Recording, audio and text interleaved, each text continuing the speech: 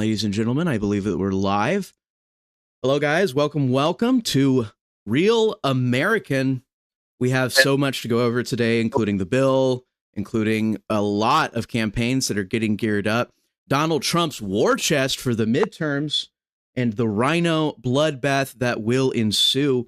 Today, I'm joined by Real Texan, and we're going to get right into it in just a minute. Oh, hello. We're right here. Hello. You guys can see me. I know that you guys can see me. Better late than pregnant. That is actually, I guess that's good advice. Good advice for a teenager, I suppose. Yeah, anyways, we're going to go ahead. I'm going to let you guys watch Nate Morris's ad because I want to say a few things about it, and then I'll get Texan's take on the whole thing, which is just how you think the ad campaign's going, what you think this spells for other Senate and House races across the country. So I just want you guys to see the ad just so you can see what kind of content Kentucky PAC and other places are putting out.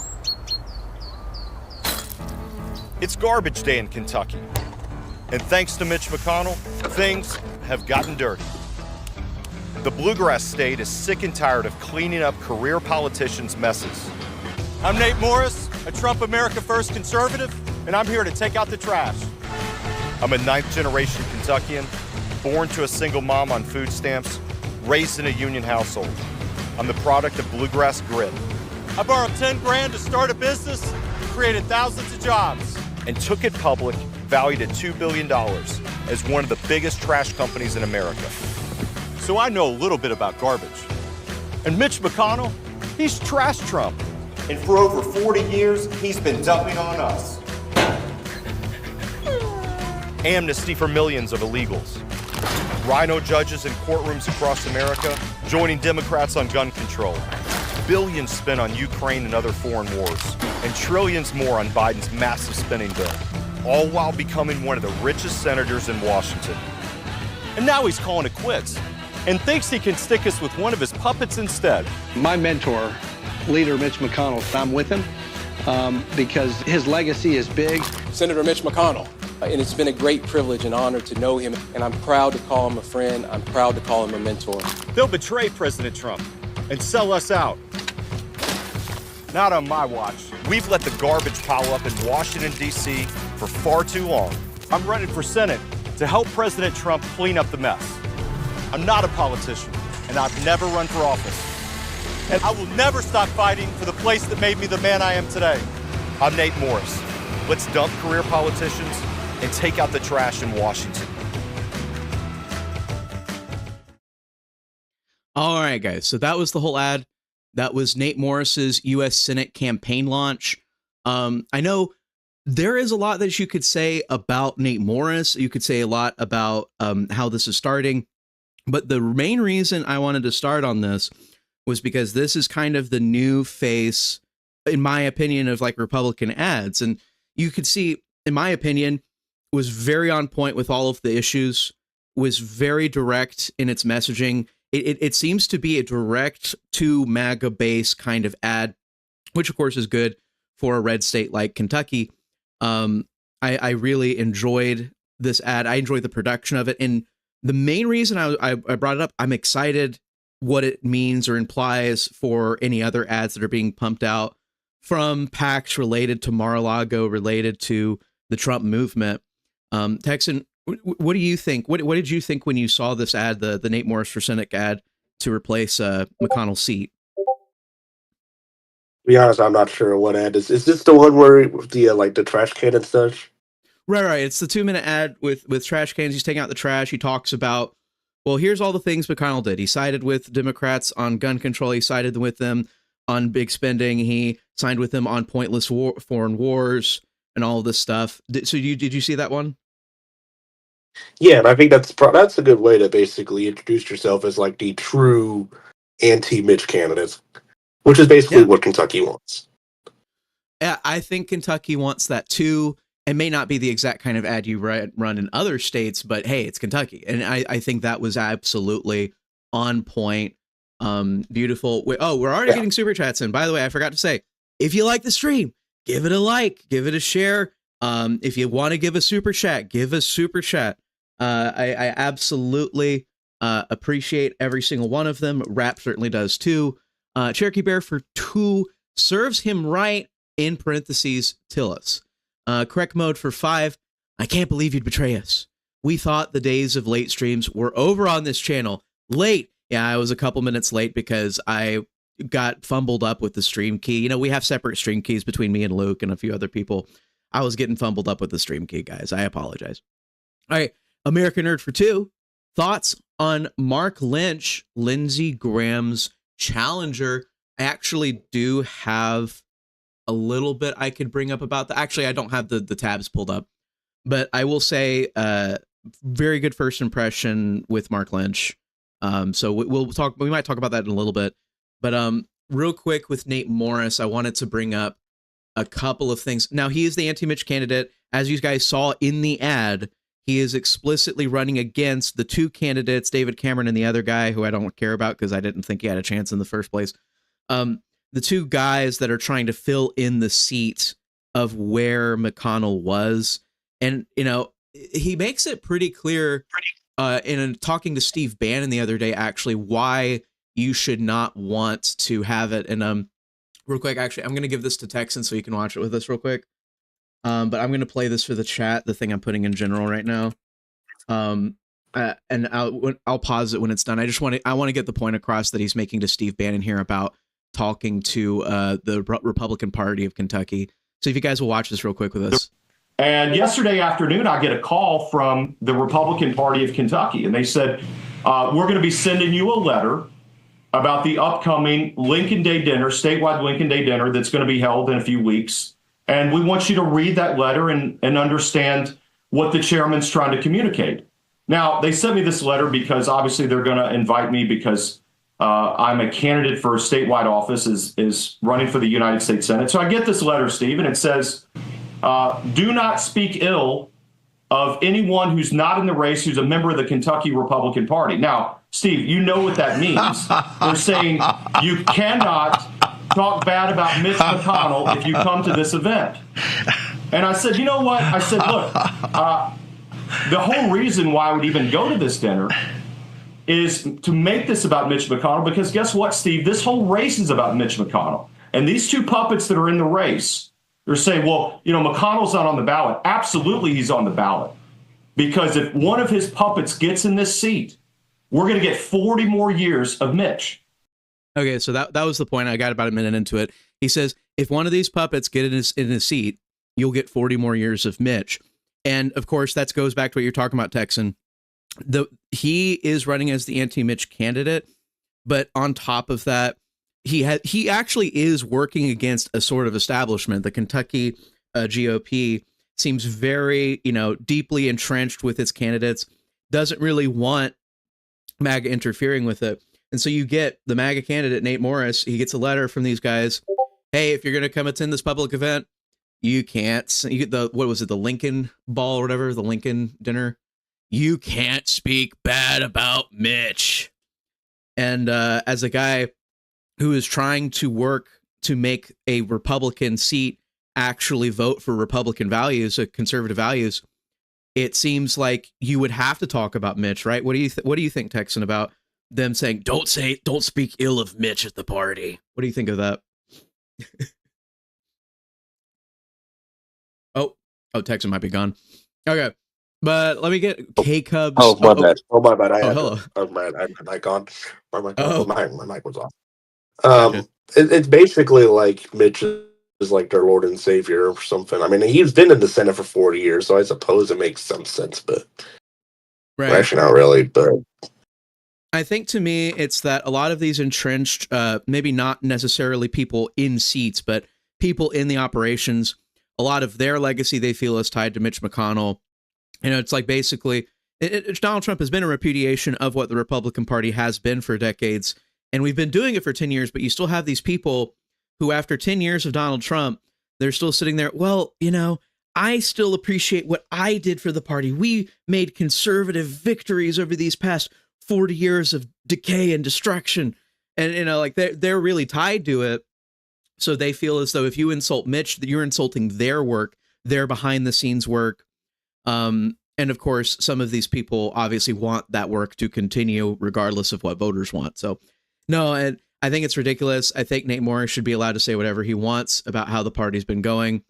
Maybe it would seem inappropriate to some people for him to talk that way at this kind of, event. But sometimes you just can't let the dirty laundry like just sit in the corner of your room and stink up. Like, that's not a way. We can't let the GOP behave like some sort of, delinquent neat shut in that doesn't take care of themselves. They actually have to have their dirty laundry aired. I guess the way this is like, I think that dinner is more of like a donor dinner. Oh yeah. So you could argue for that, but at the same time, I don't really care. I think, with JD's treatment of donors, the way that he said, it's like, listen, I don't have an obligation to any of you guys. I'm just going to tell the truth. I think, yeah, it still would be a completely appropriate thing. Well, it would be inappropriate, but appropriate for the time. And the time is we need to change. That's my opinion. Anyways, I have for K-Cub for 5, younger MAGA conservative over the retirement home mutant Ninja Turtle. Give me a hell yeah. Also, John, prayers for you and your mom. God bless, from Wisconsin. Yeah, no, yesterday was crazy. Yesterday, I got a call, and my mother was completely incoherent. She was sobbing uncontrollably over the phone, and I'm just like, what happened? She's like, the dog is dead. The dog is dead. And I go over, my butt bursts through the front door. I go and what's going on? And she presents the dog to me. It's fully stiff, the tongue's hanging out, and it completely knocked out. And I'm like, oh crap, the dog's dead. And so we had to drive out an hour over to another city, because obviously on Sundays the normal places are closed. And I sat forever in a waiting room, and the dog ended up having a concussion. But we were worried her spine was broken or something like that. Completely fine though. Yeah, just to explain that super chat, it was really bad. Okay, but yeah. Anyways, getting back on topic. So you can agree or disagree with what Morris is doing here, but at least everybody's position is clear. Nate Morris is here to be very rude, to be very interruptive. He's here to tell the Kentucky GOP, hey, there's a bunch of money coming in here to correct your behavior, and if you say no, we're going to just replace you. I like that attitude. Also, Charlie Kirk is doing an event. I don't know if it's still going on. It's probably over by now, but they were doing an event this morning, a rally for Nate Morris. And I'm not going to play this video for you guys, but this video was just Morris explaining that JD Vance called him and said, hey, we really have to get an actual MAGA Republican into Mitch's seat. We have to replace him, and we cannot let the machine replace Mitch with another younger Mitch. We need to actually have support here. So please run for this seat. So if you had any confusion about who Nate Morris is, at the very least, he is fully backed by Donald Trump and JD Vance. His campaign is going to be basically financed by their Kentucky PAC, as well as by, the war chest that Trump has. He has $1.4 billion. 1.4. I don't think we got to talk about that before the weekend broke. $1.4 billion in funding, which is a story in of itself, I suppose. For comparison, I looked at the numbers, and it was for 2022 midterms, they spent collectively between the Democrats and Republicans, I believe that they spent not even $500 million. It was closer to over 300 something $million between the Democrat and Republican parties for financing. And so we're not even in the election year yet, and Trump has $1.4 billion. He has quadruple the amount of money both parties spent last time for a midterm election. Any particular comments on the Trump war chest, Texan? He better use it. Oh yeah, no, I think he will. I think he's going to. I think, Trump got really disappointed with the way that the RNC and the GOP. I mean, he had Michael Whatley and his daughter-in-law securing the election, and he was really concerned about that. But I think he got very disappointed by the way that the establishment chose to spend their money on races. And so he's decided, well, I can't trust you with money, so I'm just going to collect all the money myself. And I asked the question. I do actually kind of want to know, on like a personal level, out of curiosity, like where the money's coming from, because well, is this all coming from the new tech bro wing? Is this all coming from X, Y, or Z? I do want to know the interests involved here, but it makes me really happy regardless of where it's coming from, that we're going to. I mean, because he can just inject money into any campaign he wants, whether it's his House seat or a Senate seat. And it seems like that both JD is the co-chair of the finance chair, co-chair of the RNC, and Donald Trump having this war chest. It sounds like we're going to have total control of the MAGA is going to have control of what candidates really get funded this time around. I have a couple of super chats. Simple Logic for 2. Love you guys. Give Rap our love. Hope he is good. Yeah, no, I think that with the break, he actually just feels better.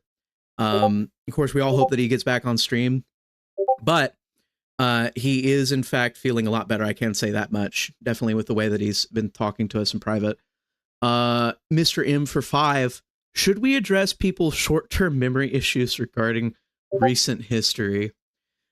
I bring that up a lot. I'm assuming he's talking about, like, I make posts and it's like, oh, well, everybody has short-term memory. Everybody has this X, Y, and Z. If you want to like chat real quick, Mr. M, I'll look out for your post. Give me a bit more, be a bit less vague, so we can get into a specific topic. Charlie Howard for 5.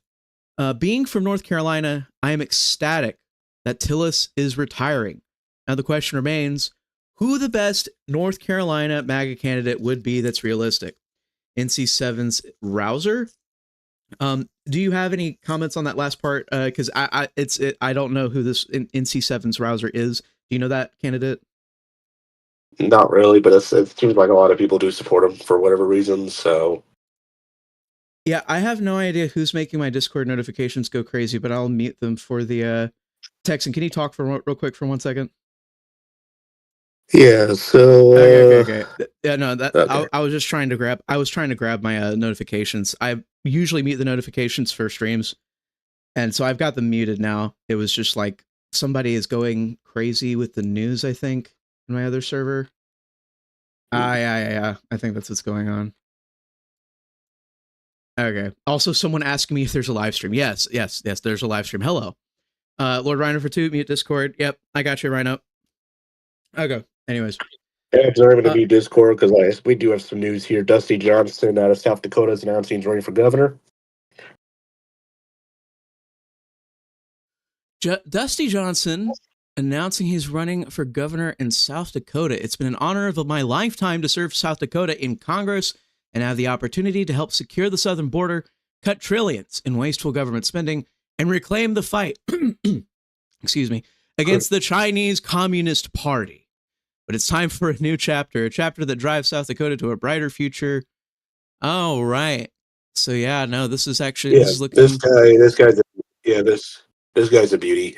He sucks, but he will probably get Trump's endorsement for governor, unfortunately, which I'm not really a fan of. But I think Trump does like Dusty Johnson, so yeah, I think I've heard you guys complain about Dusty Johnson before a couple of times.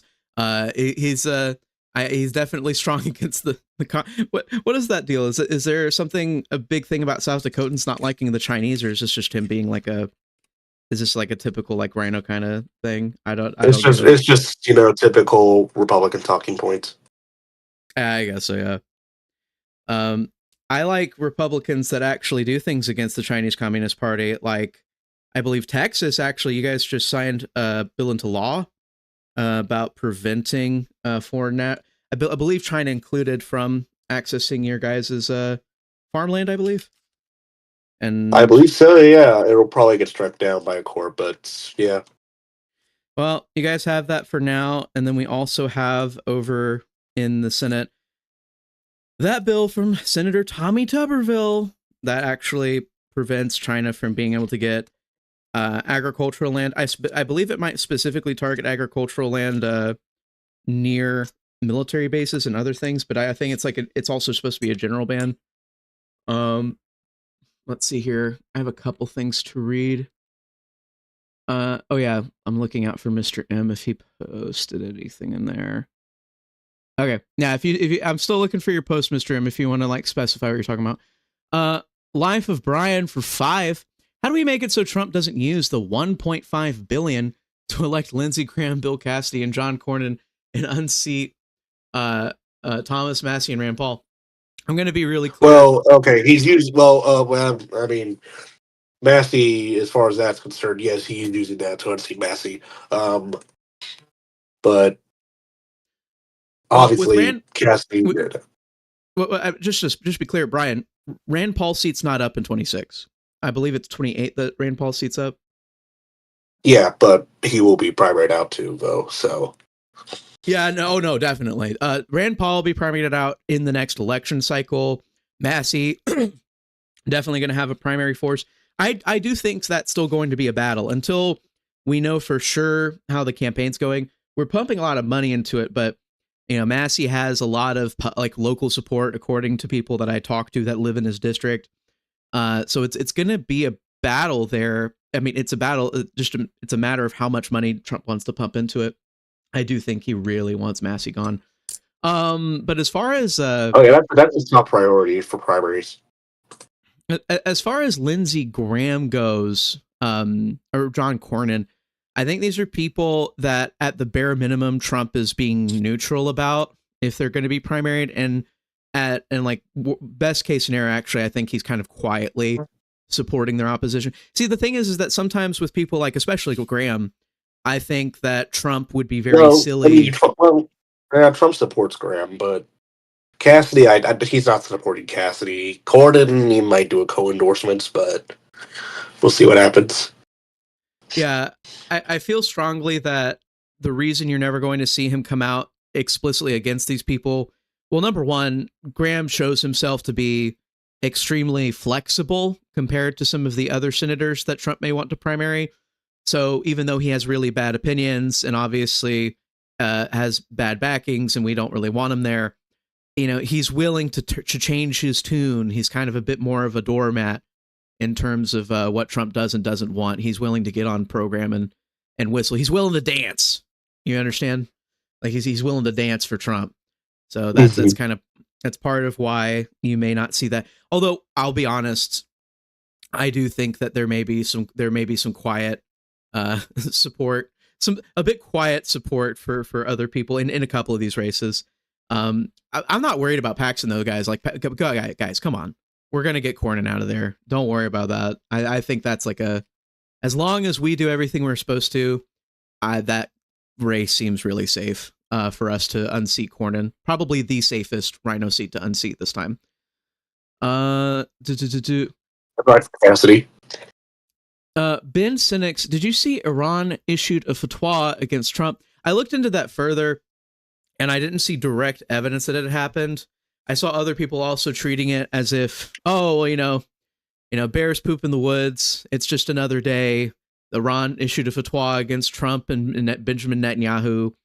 But to me, my reaction to that was, you just got yourself out of a long, protracted war where you would be unseated from Tehran and you would have some sort of rebel government in the freaking mountains. Like, bro, please, why are you trying to issue your own death warrant right here? And, you know, if you guys don't know what a fatwa is, basically, they're saying the Iranian supreme leader guy, he told all the Muslims in the world to try and murder our president. So that pisses me off. It makes me think they're even more stupid than they were before.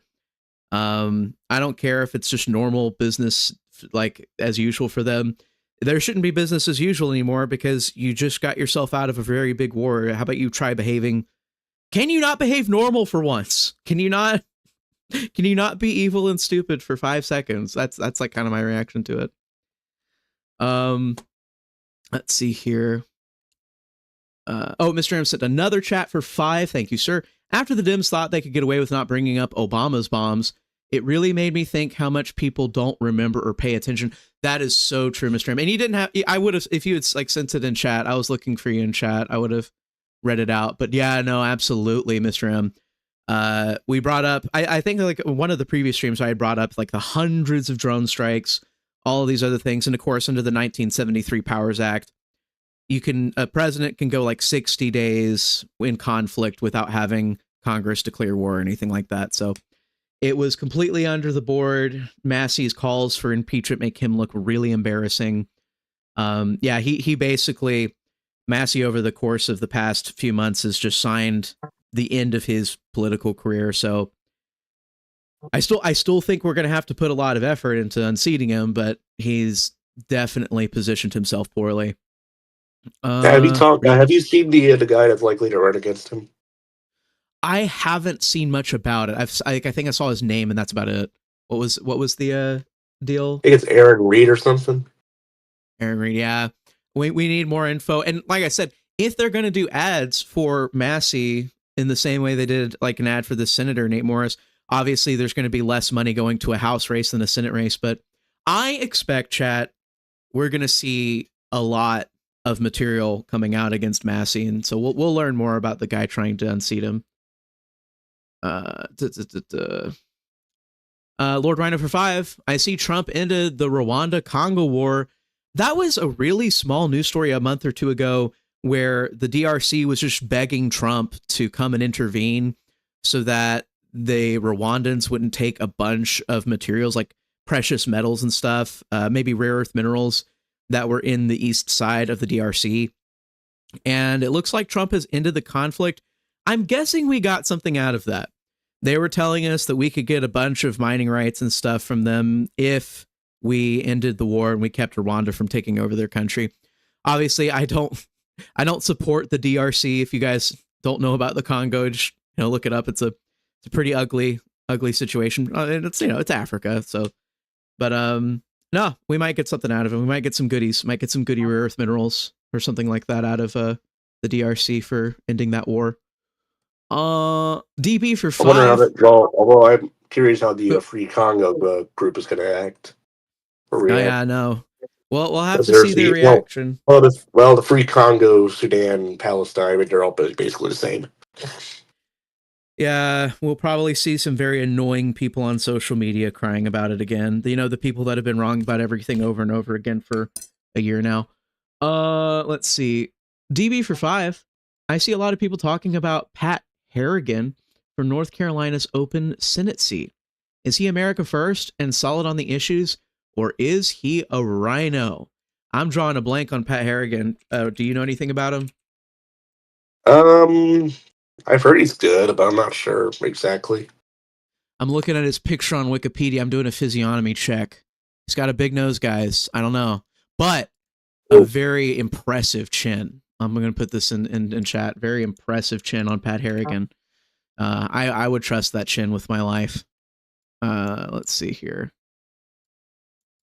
Yeah, I'm not. I'll look into it later, but I don't know much about Pat Harrigan, man. I apologize. Let's see here. American Nerd for 2. Who's worse, Massie or Amash?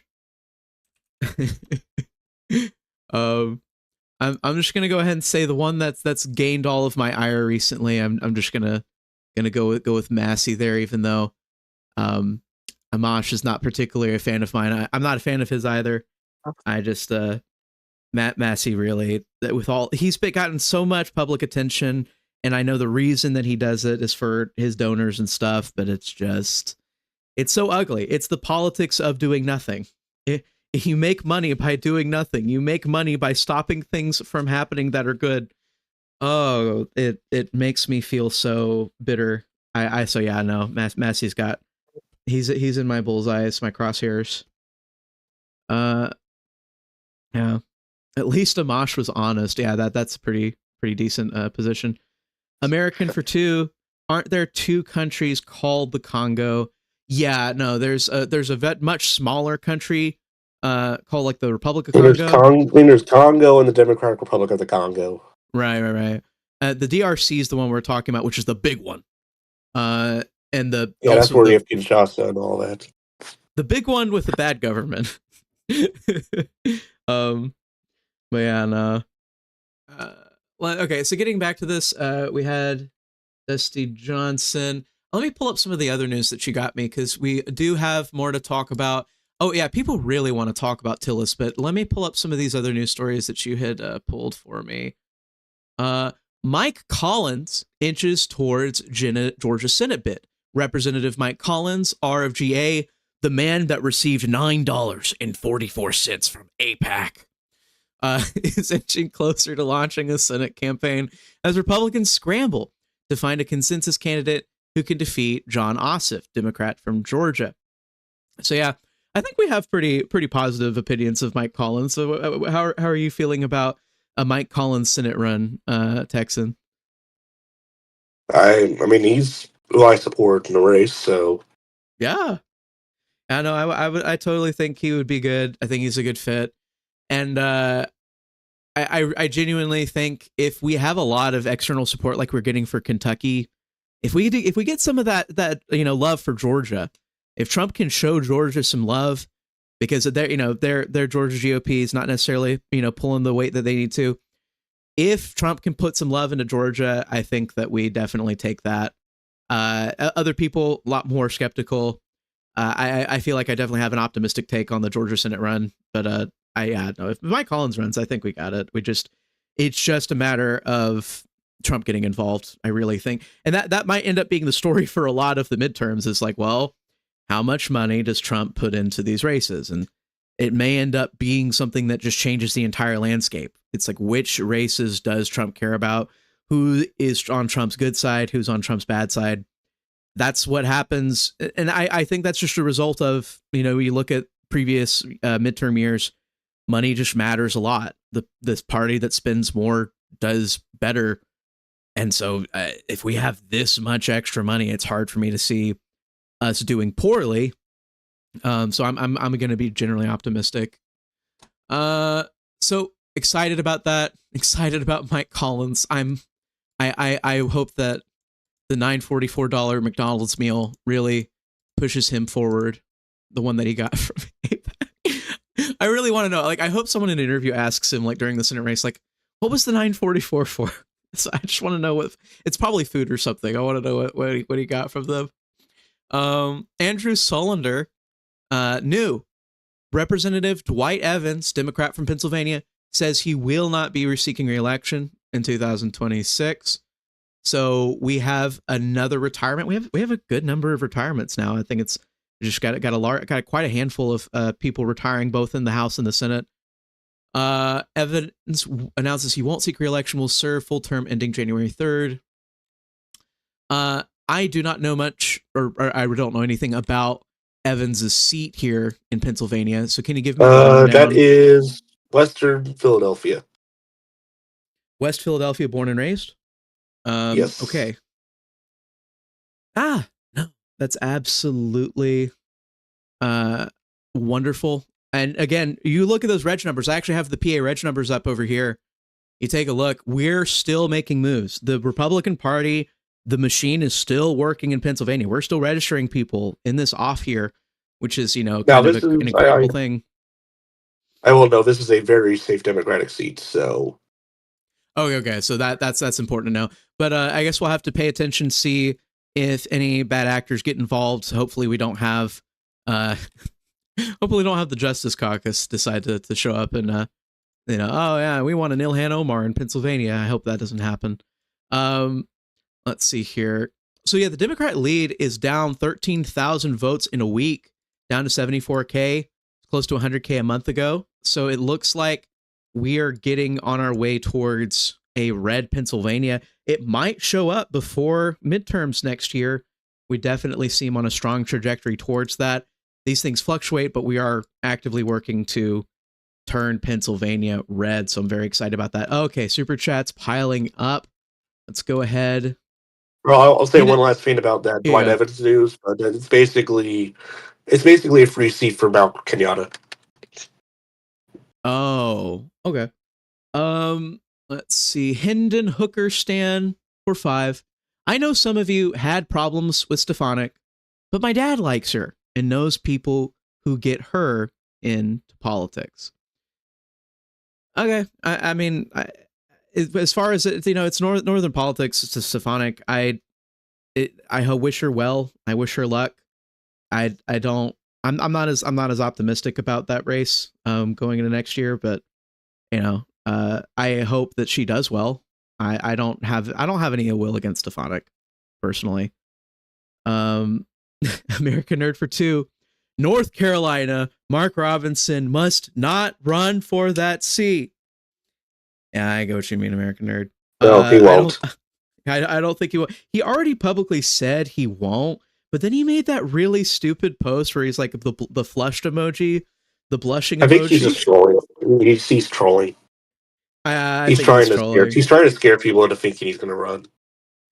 Man, imagine being that guy. Like, imagine being the guy who can scare people just by pretending that he's going to run for a seat. That's actually a superpower in itself if you think about it.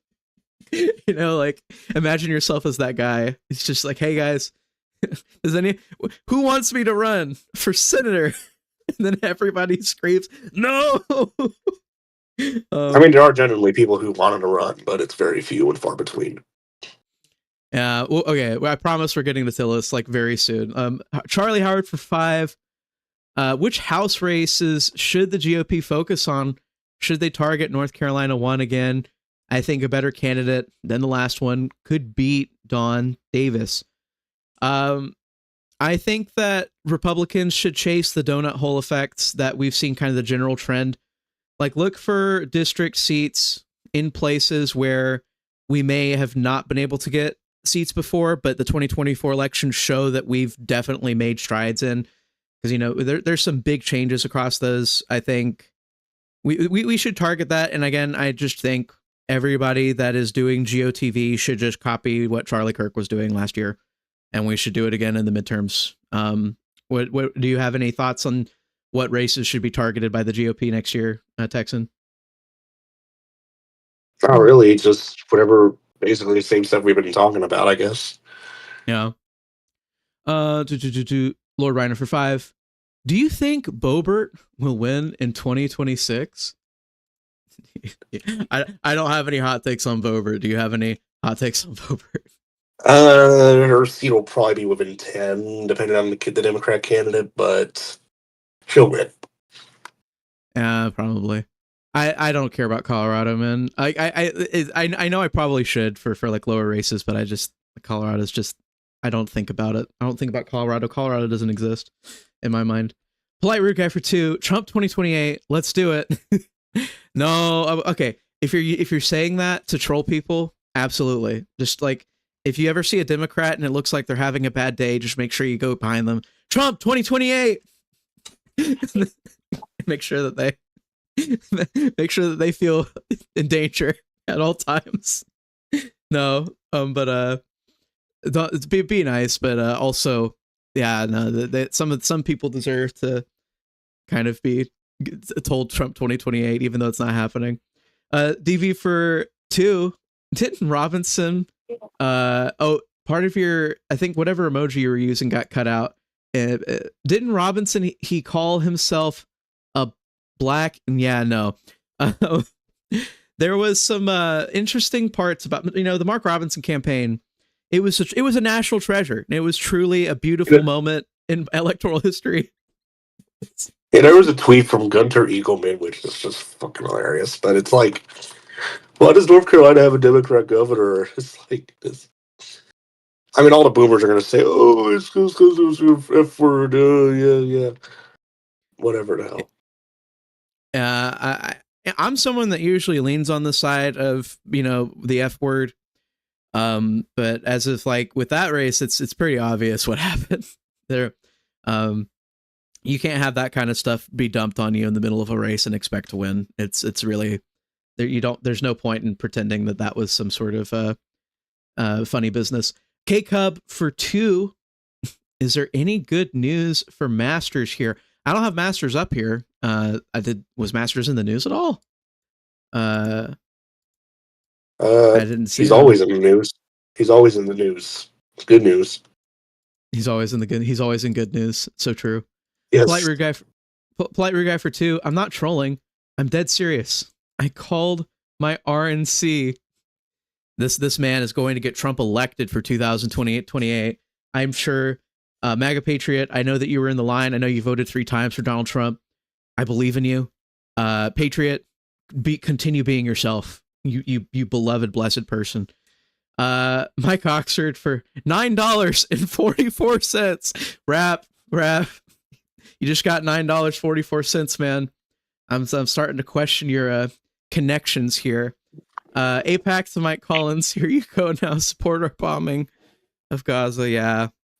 No, I've not. You know, I have to actually wonder. It's like, what would I support for $9.44? Like, what political movement would I support? You know, like if it's just a couple bombs, you know, you have to.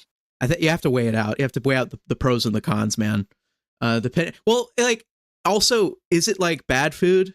Is it like am I getting like $9.44 of Chick-fil-A, or am I like getting like a really crappy Burger King burger?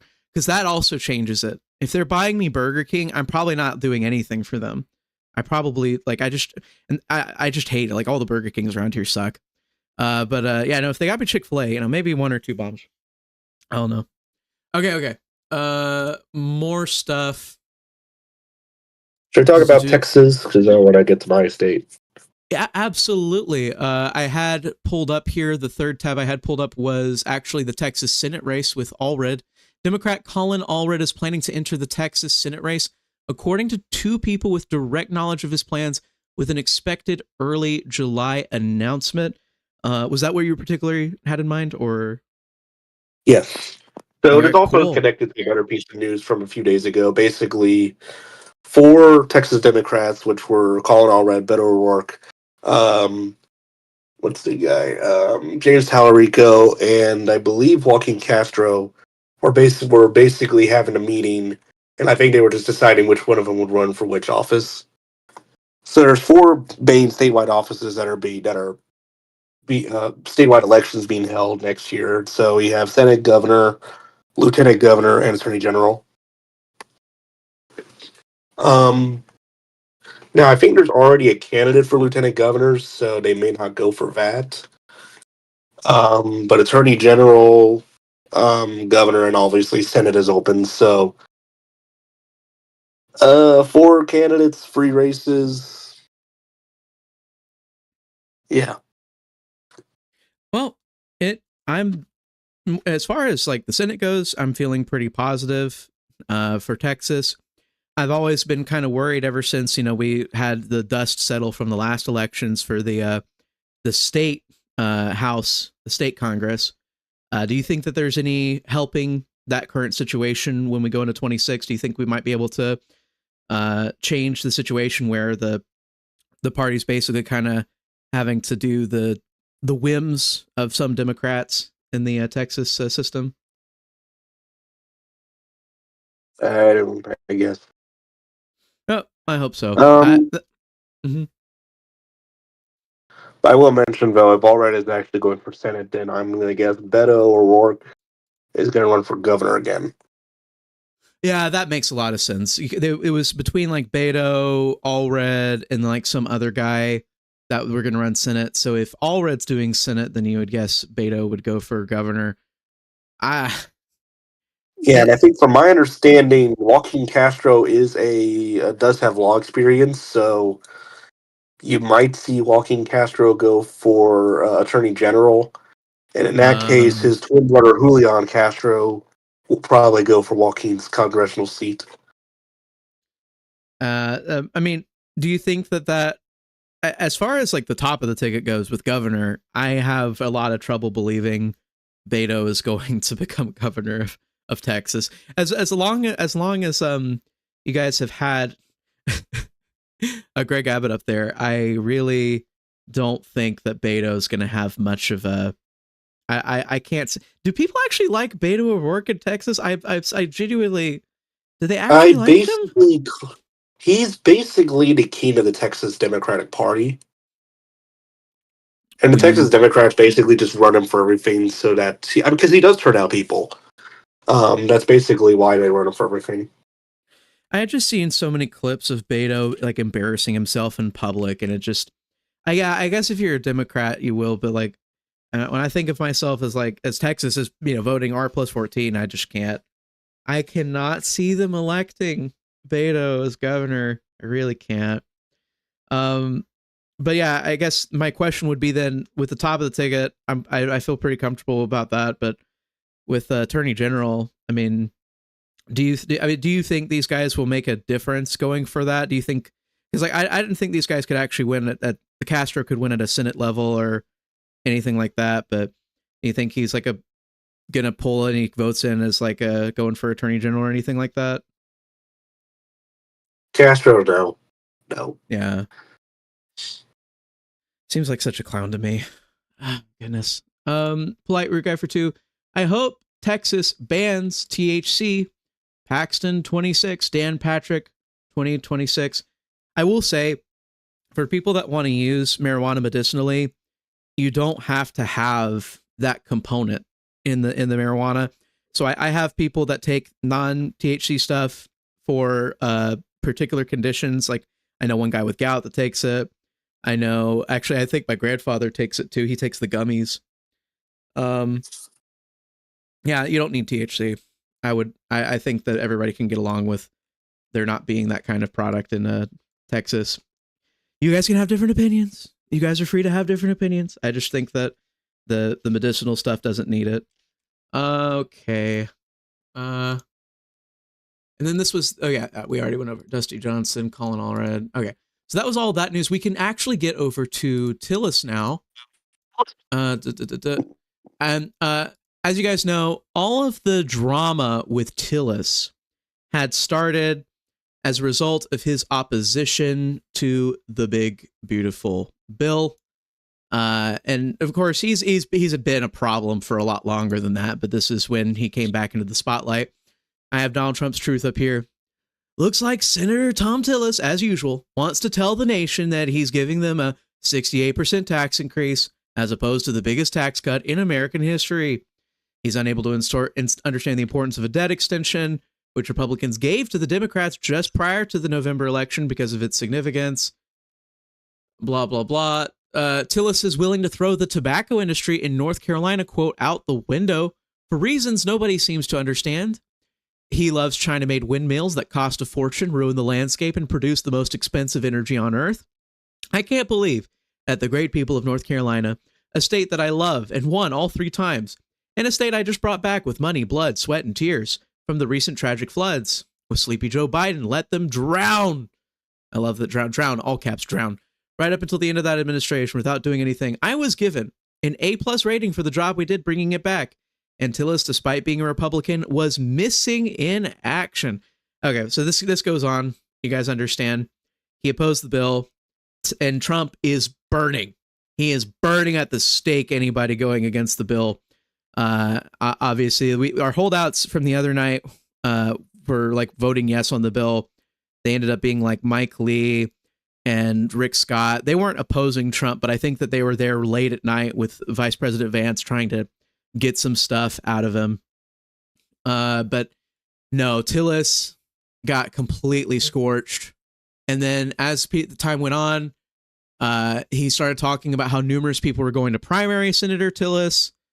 And then Tillis kind of seeing the writing on the wall, seeing North Carolina, probably understanding he wasn't going to survive whatever Trump did. If he's going to give him the treatment that he's giving Kentucky, he kind of bowed out and went quietly into the night.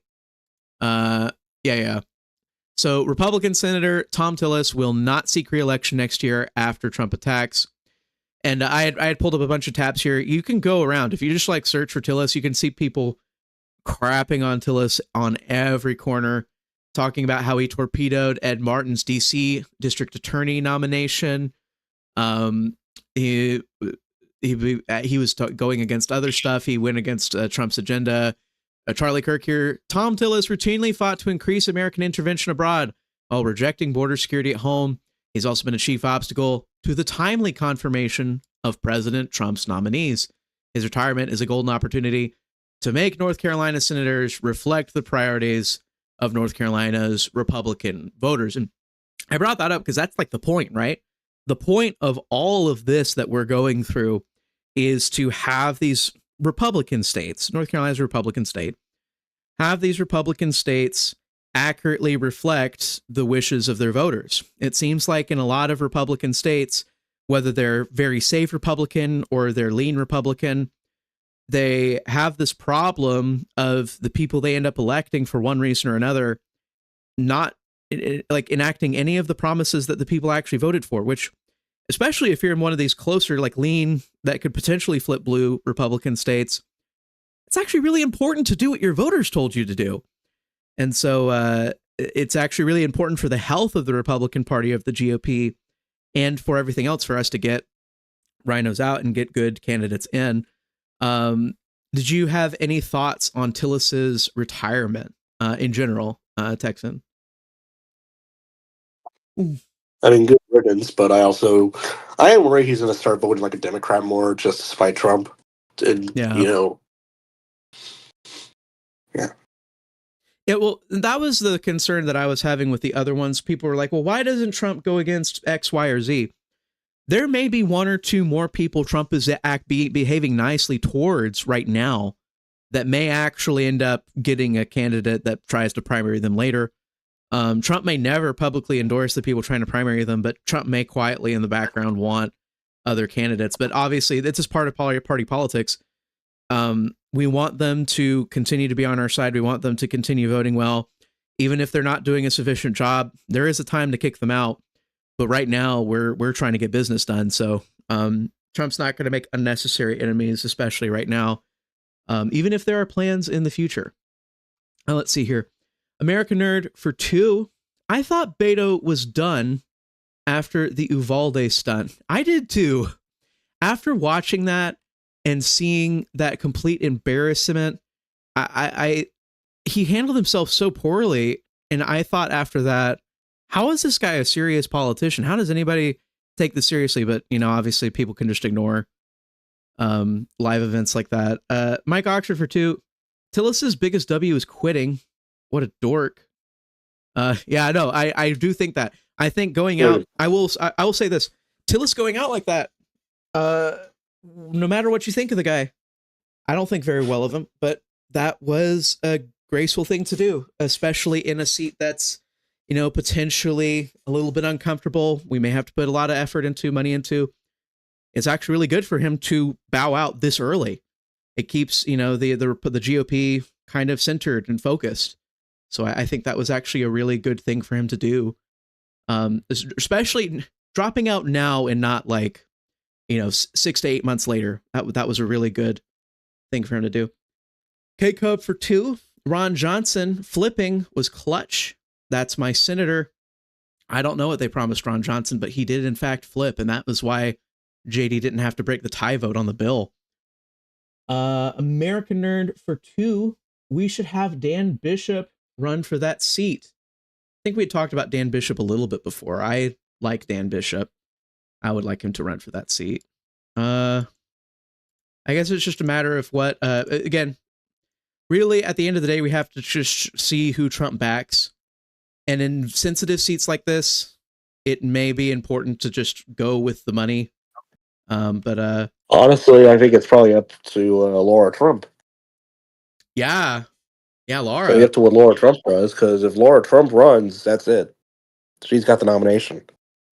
She's got the nomination. If she doesn't run, then if she doesn't run, it's fair game. Anyone can run, but if she runs, she's going to get the backing of Trump. She's going to get the backing of the base, and probably Michael Whatley as well. I mean, Michael Whatley, I don't see him running against Laura Trump. They serve together in the RNC. Yeah, I absolutely think Laura would do great. I think that name recognition would be good. Hey, North Carolina voted for Trump 3 times in a row. Why wouldn't they do number 4? So yeah, well, that's the thing. Because a lot of people on election Twitter saying that she's unelectable because of her name. She's a Nepo baby. she's worse than Mark Robinson, safe Democrat if she runs because she's a Trump. No, I think even the older base, they were very attentive and concerned about election security last year, and they appreciated her presence with Michael Whatley in securing the election, building up an army of litigators to make sure that there wasn't funny business in important places. I genuinely think people appreciated that, and nobody sees her as a Nepo baby. I think that's just a gross, like, just because she has that name, she would get that accusation no matter what, but I think she's doing really good. As far as like what opinion she has independent of Trump, I think she's just going to run as like a Trump copycat or a surrogate for Trump in the Senate. And I don't mind that at all. And I don't think voters mind that either. So yeah, no, I think she's a great candidate. Polite rude guy for 2. I want a Trump 2028 U.S. Senator. Ken Paxton is him. I'm not sure what the string of words you put together there mean, but Trump 2028, I understand. Ken Paxton for senator, I'm all for it. So yeah, all good vibes here. Thank you, sir. G. Stewart for 2. Laura Trump has publicly expressed interest. Yes, we have heard that she has seriously considered, quote unquote, seriously considered running for Senate. So that's not an official announcement, but you know what I think? I think that she's put that out as a feeler. I think Laura Trump is actually is probably about to ready to push the button on a Senate campaign, and she wants to kind of get a last minute check. The whatever campaign team that would be helping her is getting a last minute check, looking on the numbers. Hey, do people want this? If I guess, I think it was a feeler. I think it was an A/B test. Okay. Oh, excuse me for just one moment.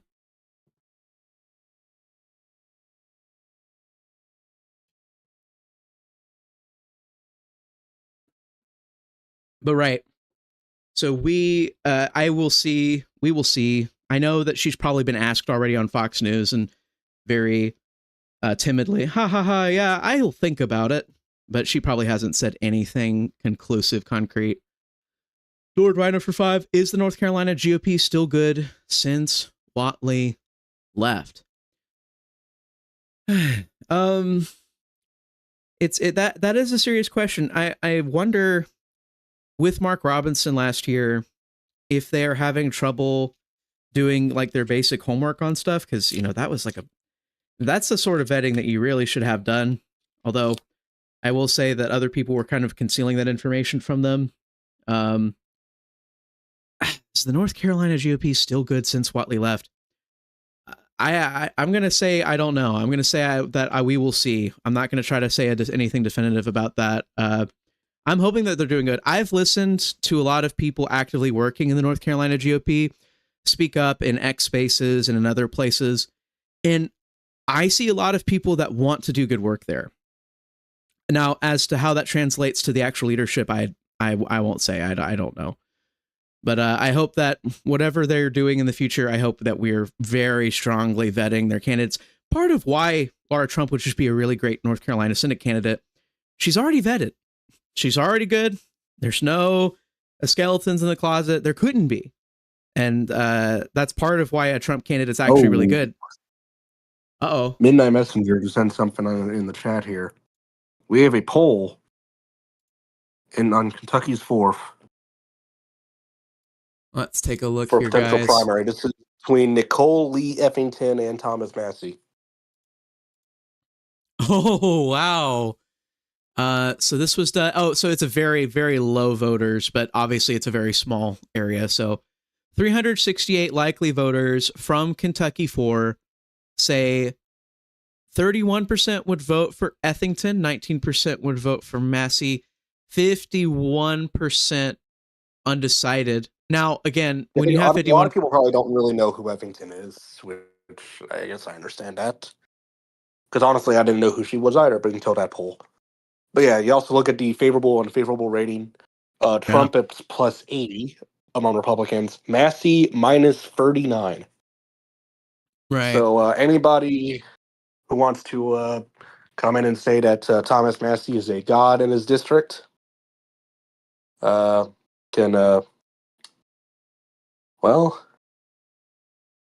here you go. This is your god? This is your god. This is pretty strong evidence that Massey's support is overblown amongst voters. Now, his support is almost entirely online. And I will say this, I think Thomas Massie is the next Liz Cheney. He is going to be Liz Cheney'd, as in he will probably lose it. I mean, maybe like several months ago, I didn't think this. Several months ago, I thought he would lose a primary, albeit it would probably be more like a Bob Good situation.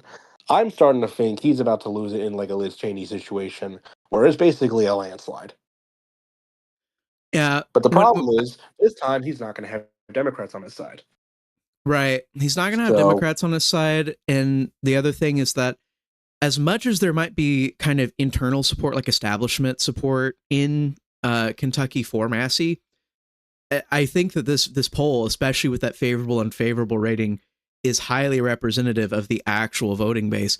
I think Massie had a much better shot at winning basic primaries when nobody was caring about his seat. Nobody was trying to primary him. I think there was like one person trying to primary him, but they didn't have any like resources at some point. Yeah, I mean, like even when Trump was supporting primary challengers, he didn't actually was supporting a primary challenge. He's never actually endorsed any candidates against him. Yeah. So because of that, Massie has been able to squeeze on by. I mean, I think last time he had like a convicted felon as his, running as his main primary opposition. So always strong opposition. Yeah, no. And so he's never had a strong a strong Trump endorsed primary challenger. Right. And that will this time will likely be the first time, and this will be his first test, and he's probably going to lose it. Right. So I have someone in chat that was adding the channel. McLaughlin poll, Trump endorsed candidate 52%, Massie 23%. So it reflects there's a McLaughlin poll that says the same thing as this Kaplan Strategies poll. The people are going to back Trump more than they're going to back Massie or anything else. Massie is he's not the celebrity that the likes and retweets makes him feel like he is. He's not the celebrity that the donor money makes him think he is. He's just a guy. And when I was saying earlier, there's like strong competition. I just genuinely think there's going to be people in the Kentucky GOP that try to prop him up. But yeah, no,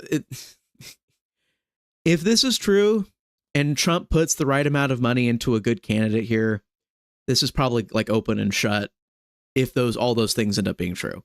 And I don't see why they wouldn't be. Mm-hmm. Yeah. So something else Kentucky related, actually quite a few other things. So Daniel Cameron basically just like verbal. Well, he basically put Charlie Kirk on blast in the tweets. Yeah. You put Charlie Kirk on blast? I think I sent him in the chat. Yeah. Let me take a look. Yeah, here. He basically attacked Charlie Kirk. Charlie Kirk failed to ask Nate Morris, some stuff. Yeah. So, yeah, you're attacking Charlie Kirk. Yeah, no. And from what I've heard, Trump refuses to back Daniel Cameron because of since he lost to Andy Bashir. Well, I mean, the money and force behind Nate Morris's campaign is obviously, I mean, J.D. Vance asked him to run, so I'm assuming that this is a direct opposition to Daniel. Yeah, but Daniel Cameron, here's a few things Charlie Kirk failed to ask Nate Morris. Why is Nate still a member of the Council on Foreign Relations, a big liberal Oh, he's part of a liberal organization. Oh my gosh. What commitments or pledges do you have to make a Davis attendee, a WEF Forum award winner? By the way, this whole, he won an award for being an entrepreneur from the World Economic Forum. Bro, it was like 12 years ago. I think it was like 2013, 2014. He won it for being in a business. And all they said, like the award was not an endorsement. It wasn't like a political donation. It was literally the World Economic Forum looking at Nate Morrison being like, wow, this guy sure did make a lot of money with not a lot of money. I guess he's going to be an influential businessman. Like that was what the award said. It's like in this award, I'm pretty sure if this award had existed back when Trump was like getting into his riches from his dad, he probably would have gotten the same exact award from the WEF. It's just that award didn't start existing until like 2004, 2008 or something. So yeah, no, it's complete nonsense. It's absolutely silly. All of the opposition votes, by the way, look, this official candidate, Daniel Cameron, 53 likes, 41 retweets, also probably a lot of quote tweets, I'm going to be honest. This is so sad. This is so sad and embarrassing. These people have no, what was it that Olivia Williams said I didn't have? Star power. They don't have star power, okay? Yeah, no, this is embarrassing to me to look at. Okay, I found I found that woman that was in the poll. Oh goodness, her website sucks. Like, it legitimately sucks. Oh, Ethington for Like, Congress. I don't know. I care a lot more about that favorability rating with the Trump candidate versus the Massie candidate. But U.S. Congress KY4, that is a very dark shade of red. Massie wanted a poll. And then look at the picture with the term limits pledge thing. Like, what? I have it on screen. And this looks. Chat. If you need help, if you see this in the mirror one morning, run. It looks like AI. Run. Like he reminds me of that woman running in Texas Second. Woman running in Texas Second. That's like has an AI profile picture and shit. Like, I don't know. Thankfully, we're about to get Steve Toth in that district, and I think he's supposed to have a rally or something, but he kept deleting the announcement tweets, so I don't know if it's still going on. I will say, though, the candidate running against Massie, or probably going to run against Massie, Aaron Reed, had said some stuff about Israel that will probably get him. That will probably be used as like red meat for the Massie campaign. Well, but hey, if we got Randy Fine Patriots in the chat, if we got the Hammer of Zion in there, who's to say we can't get Aaron Reed?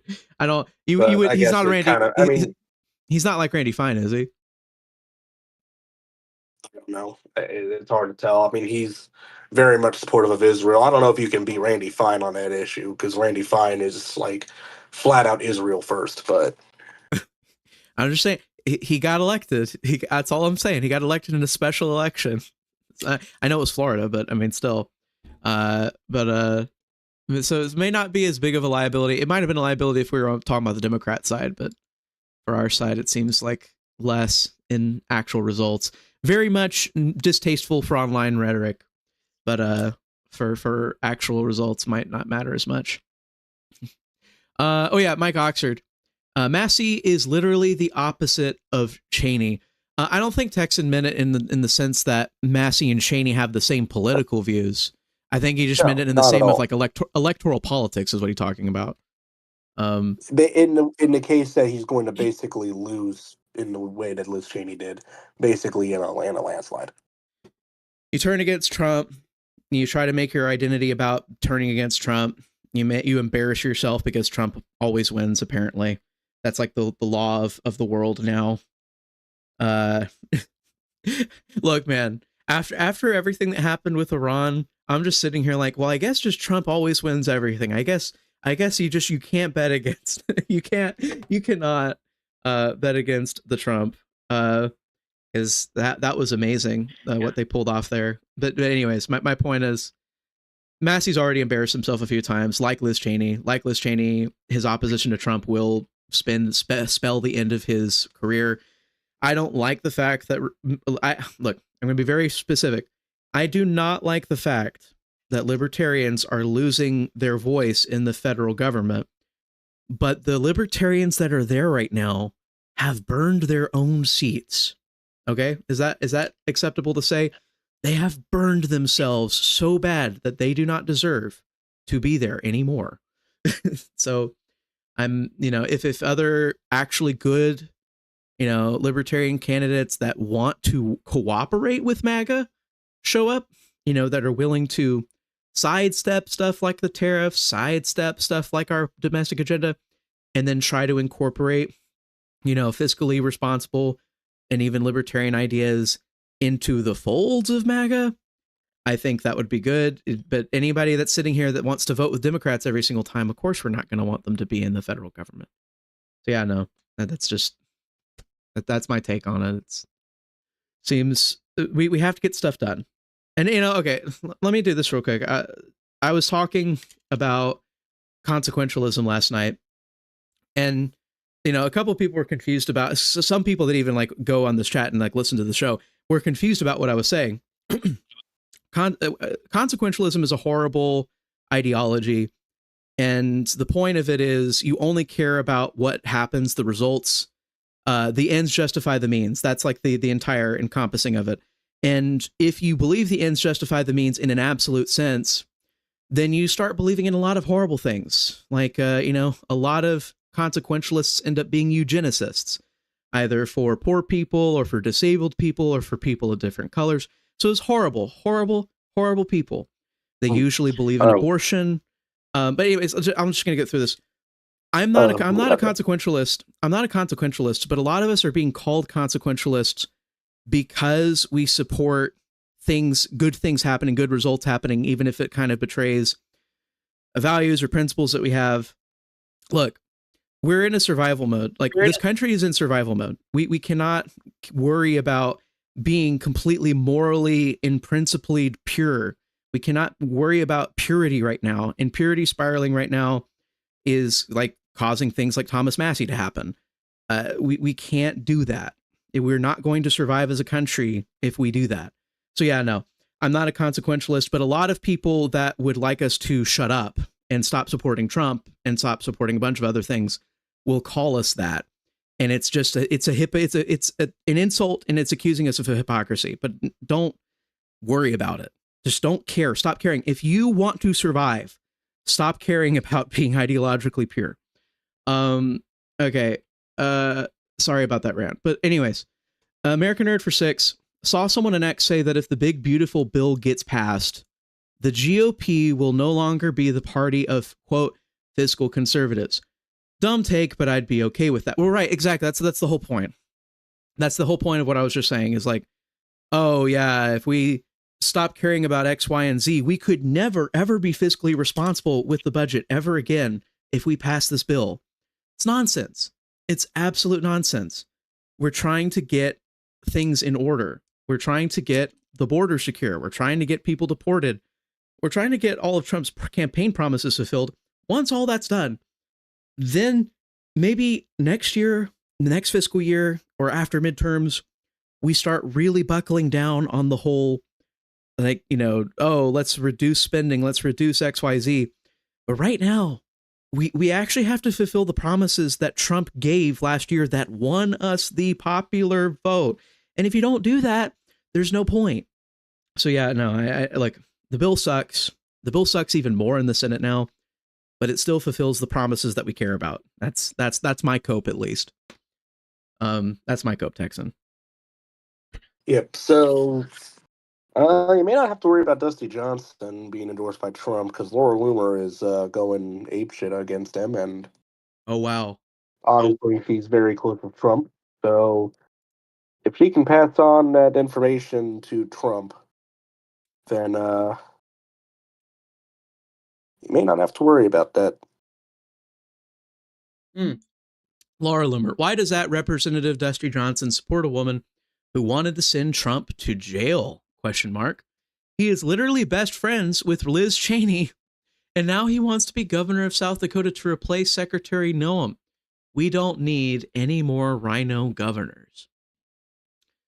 Yeah, again, Loomer seems to have inroads with Trump and everyone else. I don't know why, but she does.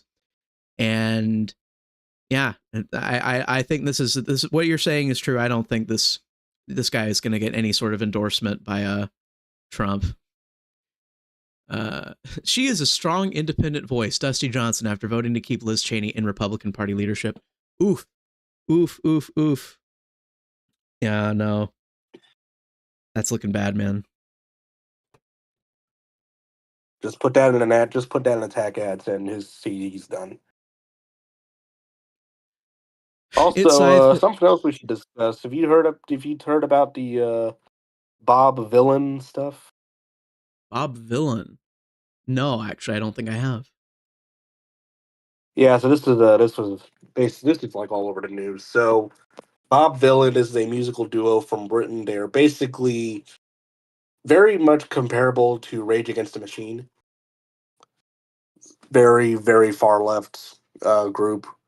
Um, and they were performing at the Glastonbury Music Festival in England, and um, basically said a bunch of controversial pro-Palestine stuff, among other things, very very leftist stuff, and they got their U.S. visas, I guess, stripped. So they had an American tour that was planned, and that's canceled now. Oh yeah. Okay, so I did hear a bit about all of this. I am very, I guess, content with this result. I think we should be taking these, revoking these kinds of things more often. Was this the? No. That was a different story. Now, I was going to see if I had this. Their Go visas ahead. were probably revoked because of the stuff they said about Palestine, Israel, and the IDF. However, they have said other very violently leftist stuff to the point where, even if their visas were revoked for Israel reasons, they kind of deserve it. Oh yeah, no, absolutely. We are pro freedom of speech. We're pro First Amendment. We believe in these things. But again, I believe in those things for citizens. I don't know if you guys understand that, but Like citizens, they've actually, I mean, again, they're British. They've called for like killing the Queen. right? So we have disgusting, contemptible people that are here as a privilege. It is a privilege that they're in our country. We are privileging them by allowing them to be here because we are the best country on the planet. And if somebody who is not a citizen is saying, kill the effing Queen, burn Britannia, winding people up is how we derive enjoyment from living in England, dig up Maggie, I wipe my arse with the UK flag, then spit on the crown, give Churchill's statue the rope, see if it floats. So yeah, Bob Villain, I didn't even remember this guy's name. I remembered the story, but I just saw this guy and I was like, well, that's a disgusting, contemptible human being that I never want to interact with. And if I don't want to interact with them and the rest of the country doesn't, then why should they get to stay here on a visa? Why should we let people who are anti-Western civilization, anti-UK? UK is our friends. We're friends with the UK.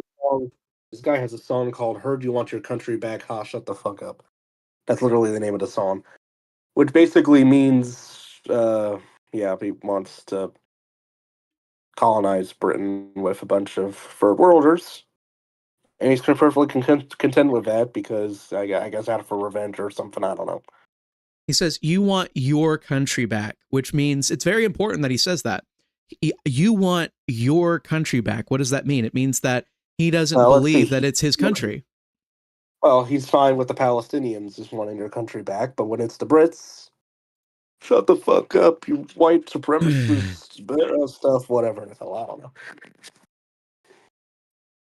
Yeah, okay, so I got a big one from Lord RINO for 20. They said death to the IDF and told Brits to shut the F up for wanting their country back. But politicians are only talking about the anti-Semitic stuff, not the anti-British parts. Normal Brits aren't happy. I agree. I think that in part of us standing up for ourselves as Americans, we should stand up for our friends and the United Kingdom. The thing, yeah. Like Ted Cruz commented on this, but he only commented on the Israel part. Of course he did. Again, look, I swear to you guys, I know you guys may not all of you guys have the same, you're not the same flavor of MAGA as I am, but go watch like that Tucker Carlson interview with Ted Cruz and ask yourself some like basic questions. I'm not saying Tucker Carlson is a genius. He's really not. I think he's just above average intelligence. But listen to the questions he asks Ted Cruz and watch how Ted Cruz behaves. And ask yourself is like, what is this guy? And look, we supported Ted last year. We wished him the best. We talked about the wrongs. I campaigned for him. People in that do this stream campaigned for Ted Cruz. I admire Ted Cruz for his very fiery, passionate rhetoric against what was it? Like in 2023, he really railed the Biden administration for losing track of all those children in the desert. And I I felt very emotional over that. I felt like he had really struck a chord. So like, we're not saying that Ted Cruz is like overall a horrible person, but you really have to think about his incentives, like who, like who is giving him the money to run his campaigns, and what are his allegiances. These are very fair questions to ask. We don't have to go scorched earth with people, but when they start talking to you about mushroom clouds over New York City on Fox News, I think it's fair to like take that statement. Hey, Ted, I campaigned for you, but no, I actually don't agree with your extremely hyperbolic rhetoric. I'm not going to let that guide my emotions or my opinions on things. It's kind of the same with people like Rand Paul. I mean, Rand Paul under Biden was a fighter. Yeah. And now he's basically, he's completely shot to bed. This guy's, it's like, he's a fighter under Biden, and under Trump is just nothing. Like, it's not an on and off switch. It's not like you automatically love and support a candidate, or you automatically hate and you throw away a candidate, or any senator or any rep.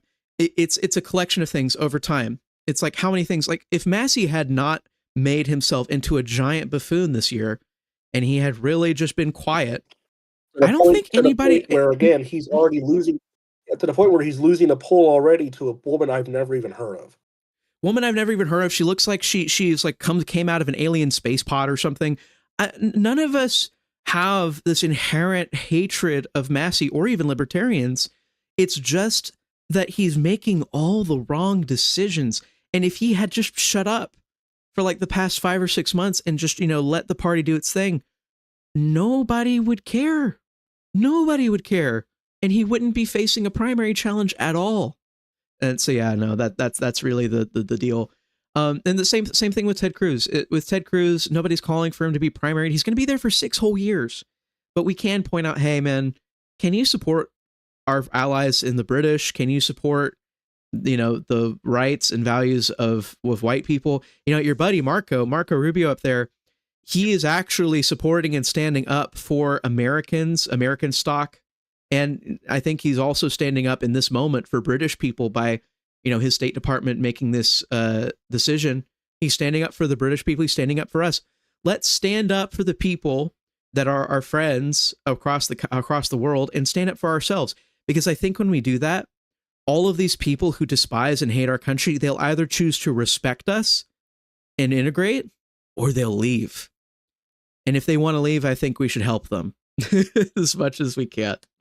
K-Cub for 2, Bob Villain, kill the Queen, King Charles, hey. Lord RINO for 20, the police investigated the comments made by Bob Villain. They aren't charging him. Of course they're not, which is fine. He has freedom of speech, but look up Lucy Connolly, okay, see why everyone here says it's a 2-tier justice system in the UK. I know a little bit about Lucy Connolly. That is disgraceful. And yeah, no, this is, I saw people calling, hey, this isn't a very appropriate time for that case to be completely upended with Connolly, now that Bob Villain is allowed to do this. I did see posts about that. Speaking of Britain, I'm not going to make this a big story, but I just wanted to spend like 30 seconds telling you guys about this. I know we have a couple of Brits like Lord RINO in the chat. You guys, if you guys are supportive of UK politics, or if you live in the UK, check out Restore Britain at Restore Britain _. It's not a party, it's a movement, and reform MPs and conservative MPs in the UK are encouraged to join. And it's an actual democratic association, unlike the Reform Party, where you can vote on issues. If you think there are issues not being covered by mainstream political parties in the United Kingdom, you can actually join these guys and vote on issues. It's actually, and they're going to support remigration, getting people out. I believe like one of their first policies they're supporting is net negative migration. Elon Musk actually just came out in support of the Restore Britain movement. Yeah, just started. Like, I think they just made an account. So check that out if you are one of those Brit types. Restore Britain, led by Rupert Lowe. John, look up Toby Doden. I will later. Cruz answered Tucker's questions how most evangelicals would. I'm not disagreeing with you. I also think it's a problem, and I think it's a problem outlined by that book that I shill over and over again by Megan Basham, Shepherds for Sale. Go read Shepherd or listen to the audiobook for Shepherds for Sale. We have Soros-funded evangelical pastors across the country teaching a separate gospel from Jesus Christ's gospel in people's churches, in non-denom churches and in evangelical churches. Just, you understand where the money's flowing, understand the influences. If you go to a sermon and all of a sudden, instead of talking about Jesus Christ, they're talking about global warming. Instead of talking about Jesus Christ, they're talking about lesbians. Instead of talking about Jesus Christ, they're talking about whatever. You start asking yourself questions. Start asking questions about that pastor. Mike Oxford for 5. I think Massie's a good guy, but a better use is a voice with his own show outside of government. Also, I heard you want your country back. Will help reform. Yeah, it will. It'll help reform. I hope it helps this Restore Britain movement. I hope Reform and Peace jump on to Restore Britain, because the people in Reform UK right now can't really decide their own policies. I know that sounds crazy, right? They cannot vote on the policies of the party that they've sworn to, which is insane. And that's why Restore Britain exists and why Rupert Lowe's created it. It's for people to sign on to actually popular beliefs so that the people's voice can be heard. Hey, Luke. What is going on? What's poppin', Patriots? So do we got any status on the big, beautiful bill? I haven't really been watching that passing. They have been voting on amendments. They did get finished with everything else, including the reading, and they're voting on amendments. I haven't heard about any of the amendments that have been passing. I'll check them. It'll probably be a topic for tomorrow's stream or whatever. But I don't know. I haven't really been watching, dude. This is gonna sound weird as shit, but the past couple days, for some reason, there's been a bunch of videos in my recommended talking about 600-pound life for some reason. So I've been watching them, and like they're actually interesting videos. So I guess I've fallen down into the pipeline of watching these videos about that shitty TV show. Yeah, I'm enjoying. I've got 1 week left of unemployment, then I'm going back to canvassing. So I'm enjoying unemployment, doing what unemployed people do, and look at people who are also unemployed but a lot worse off than you.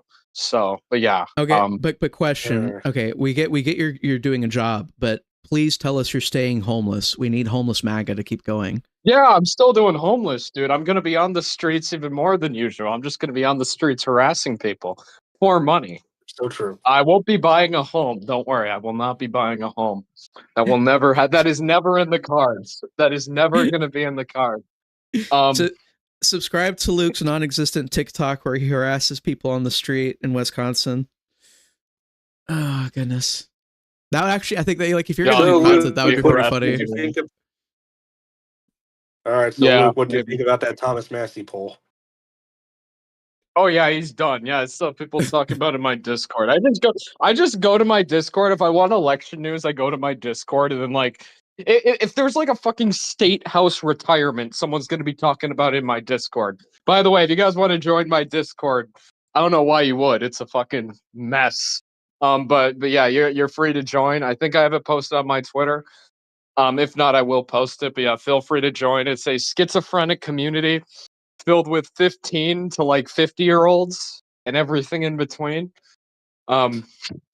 Actually, 15 is probably old for that server. But anyways, yeah, it's a bunch of election autists and religious extremists and axerics. So I'm not going to explain that to anyone who doesn't know what it means. Okay, but I have a super chat and I have to clarify something real quick. Avery for 5, unless Restore is in a coalition, IDK it's going to take votes from Reform. Okay, understand something, guys. Restore Britain is not a party. It's not a political party, but it is a movement, and it's a movement you can join and support both with your voice and with your money if you're in the UK.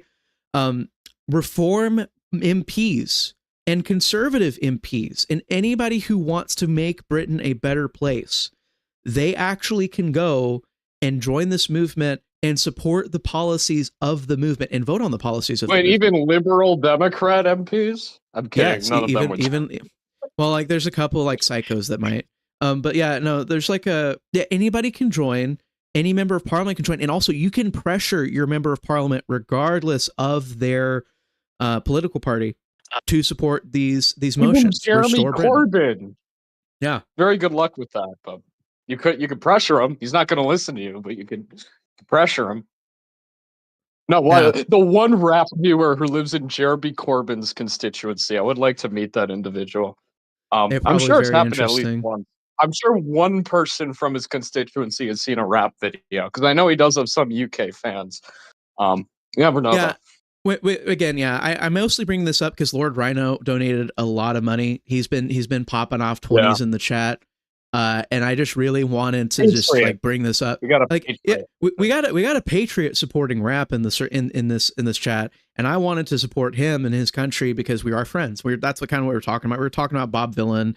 You know, he said "F the Queen," like hang Churchill's statue, all this other crap. Well, you know what? Here is an actual movement that any MP or any person in Britain can join and support. And at the center of it's migration. It's deporting the people. It's even worse over there because, you know, when we put people up in hotels and we pay for their food and we pay for their health care, they do go and work jobs and then they put a little bit back into the economy. In the UK, there's some people over there that don't even work. They have third worlders there that don't even work. They just sit around drinking taxpayer-funded beer all day. I am not kidding. It's actually abominable. So yeah, no, I'm having some drop frames here. Uh-oh. Ladies and gentlemen, am I coming back?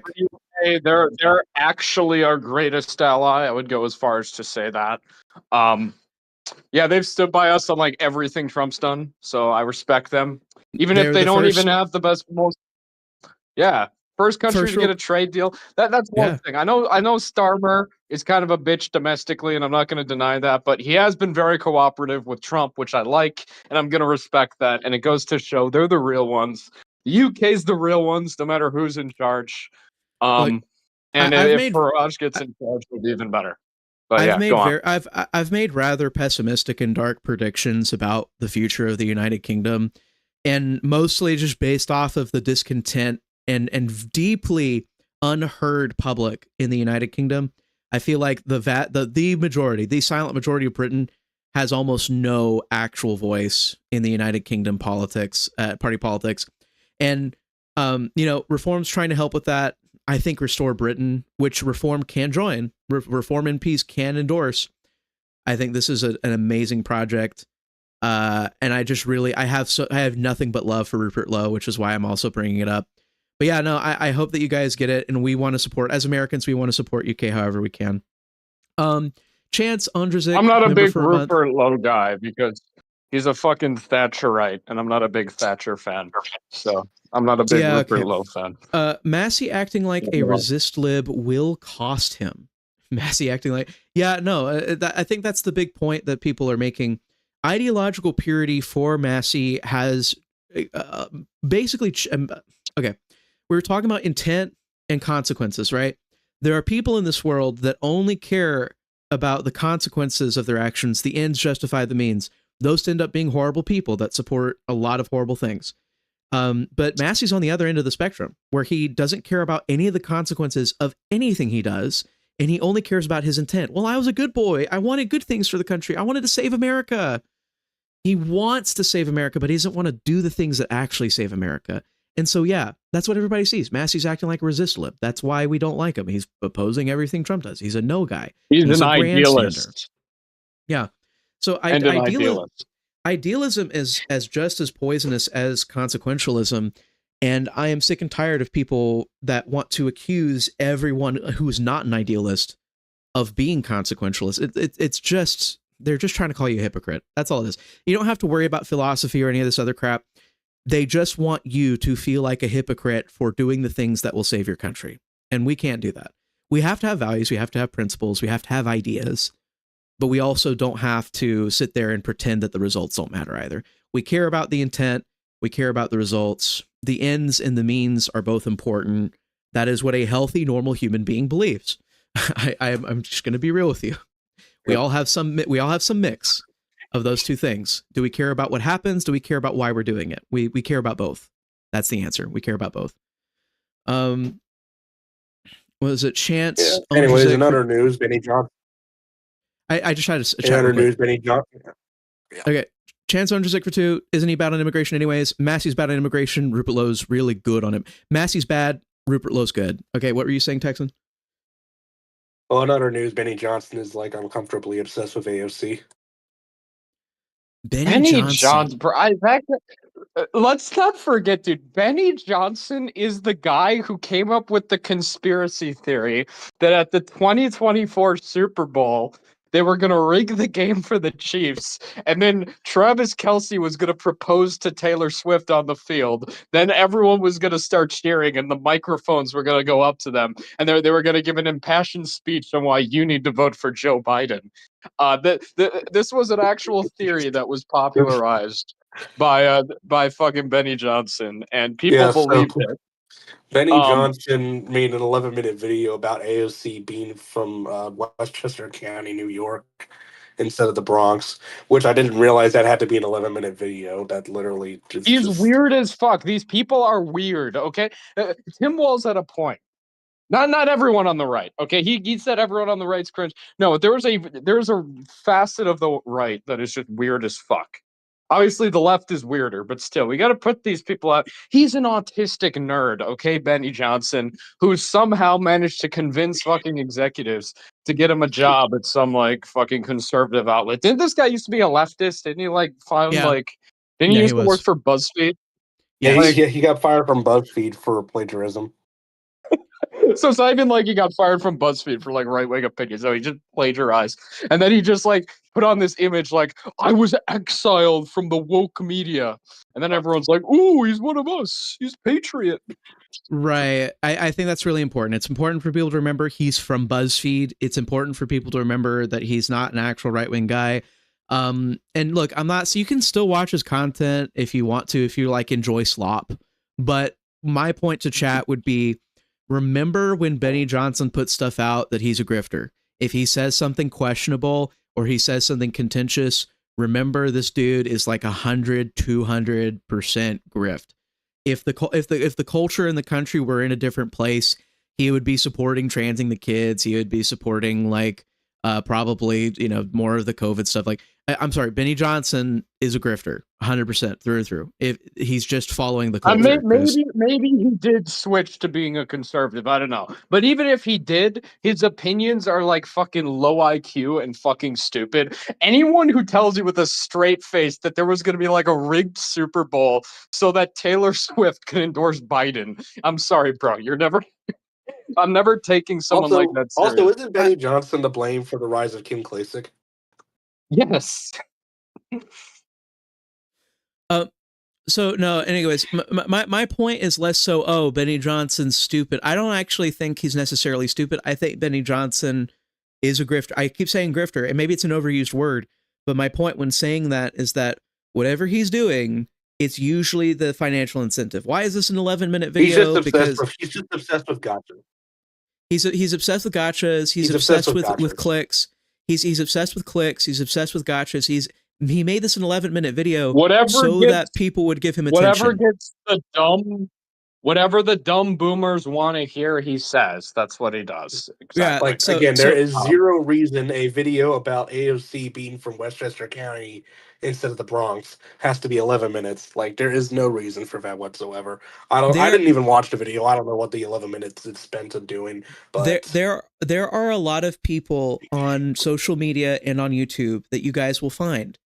And they will be of average, above average, maybe even very intelligent.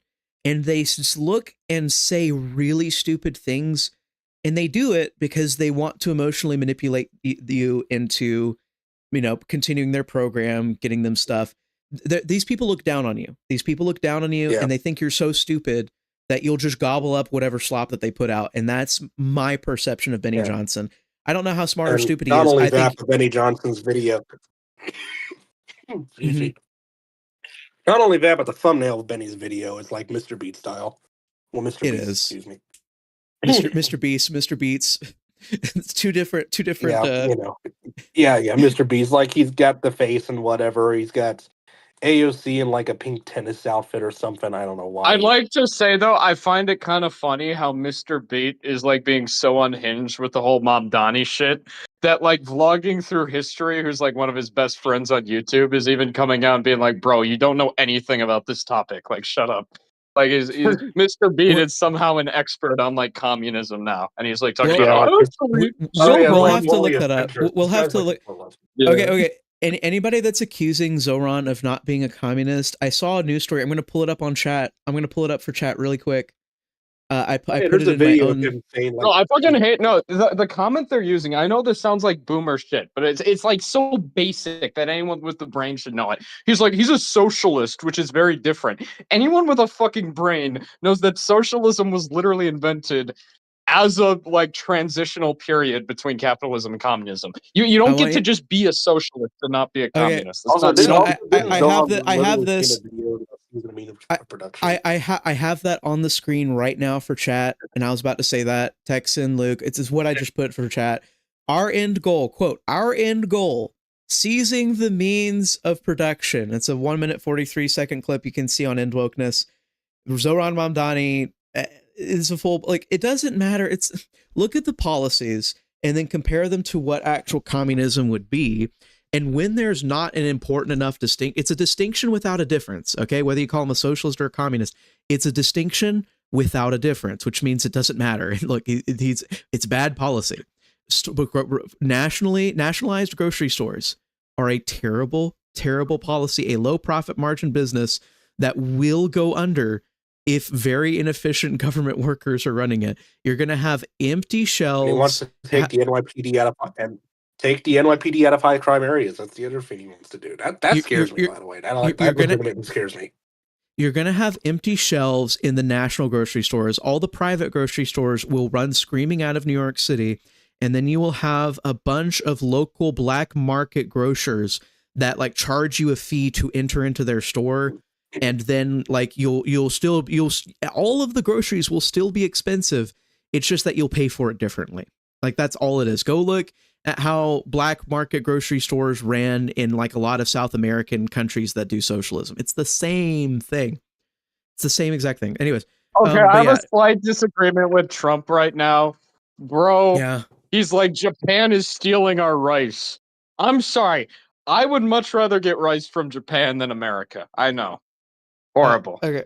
But I don't know. So what he's talking about is that they have an incredibly crazy, what was it, like 400, 500%? It's a really high number. They have a very high tariff on rice because if they didn't, they would stop growing rice domestically whatsoever. And so Trump wants them to lower their rice tariffs so that we make all their rice for them. That is directly in our interest as Americans. So I support Trump saying that. But if you made me ethnically Japanese, or if like you made me go over there and be a Japanese person, I'd be like, no, screw you, Trump, because I want as a Japanese person, I would want to keep making my own rice so that like when the apocalypse happens or a supply chain shuts down, we still have food. But like, yeah, I understand. It's basically our protectionism bumping up against somebody else's protectionism. That's kind of what we're looking at there. In this case, it's Japan being protectionist. So we have Trump is pretty tough on Japan. I know too that fucking Tulsi Gabbard like hates Japan and she's in the cabinet now. I wonder if it's not having an effect. That's fine. But no, like people were posting, like for some reason, like I think in 2023, she was talking about how Japan is remilitarizing and it's a World War II level threat again. It's like, what the fuck? Like I know Tulsi Gabbard really doesn't like Japan for some reason. So okay, got two super chats. Cake up for 5. Benny's a guy where a rep actively working against Trump could have a 4-second clip of them attacking Dems. He would go, the GOP is working for you. Yeah. Very sensationalist. Chance Ondrzik for 10. The old guard's following is dead. Even in places where it comes from. Kentucky hates McConnell. Wyoming hates Cheney. Texas hates Bush. I have a friend who lives in Arizona campaigning for Andy Biggs. Woohoo! Go Andy Biggs. W's for Andy Biggs. And says they hate McCain now. Yeah, no, that's awesome. I love hearing that the old party is dying in Arizona. That's always wonderful news to hear. Thank you for that super chat, Chance. But yeah, with Trump and Japan, I think that Japan's going to be handled roughly by Trump because they're the first domino in the world economic market. Trump wants them to behave a certain way. And sometimes it's good for both countries. Sometimes it's good for us and bad for them. I'm an American, so I have to not care. We're going to strong arm Japan into doing what we want. So that's Japan's problem to figure out how they're going to resist that. So that's my opinion on it. But my great John McCain. Yep, nope. That's all ending. It's all over. The John McCain party is over party. But yeah, if we have any last calls for super chats, because we have been going a good bit longer than we normally do. Any last calls for that? If you guys have any other funny stuff you want to bring up, I have. And also, I had to hijack the stream as I always do because I won't be doing a night stream tonight because homeless guy got to take a walk, and Hilario needs me to help out drawing some new municipal boundaries for our new county party map. So I'm doing that all afternoon. So I can't take a walk this afternoon, which means I got to take my walk tonight. And if I'm taking my walk tonight, I'm not going to be streaming from my basement. Well, I could be doing a walk while streaming while I'm walking through the most libtarded progressive lefty like fucking shithole in the city of Milwaukee. I don't really want to do that, because I think it would be weird as shit. It'd be hard for me to focus when I'm watching homeless people fucking jack off under the fucking bridges. Okay, dude. Okay, man. Okay. So yeah, let Luke know at his channel or at his X account if you want him to do walking streams. I think that there's actually some amusing aspects to that. Object Class Cater for 5. Regardless of reasons, this cycle seems like a large number of senators retiring. Not sure about Republicans yet. Also, Bacon not running in 26, guaranteed flip. I believe that a couple of us believe Bacon's seat's gone because he's gone. We may have some hopium users here. I haven't looked enough to know whether I am trying to gasp on hopium for Don Bacon's seat or if I'm, waiting for it to turn dim. But yeah, it looks like we might be in trouble there. Don Bacon's seat, he's retiring. Whatever. So Let's be real though. We only have 3 Harris seats that are held by Republicans, one of which was Bacon. There are currently 13 Trump seats that are held by Democrats. So we got a lot more potential to pick shit up than the Dems do. It was exactly reverse in 2018. Going into 2018, there were like 30-something Clinton district Republicans and only like 20 district Trump district Democrats. So we got the upper hand on that front going into 26, so I'm not too worried about that. I think we're still, as of now, probably going to hold the House, which is fucking insane. But the Dems are being insane. They're nominating communists, and so in the race to the bottom, the Dems are beating us hard. Avery for 2. I think Tulsi hates Japan because she's Hawaiian, possibly. 2 last stories for you guys before we get off. Number 1, CNN just ran a promotional segment on their show on their channel for an app that tracks ICE activity in real time.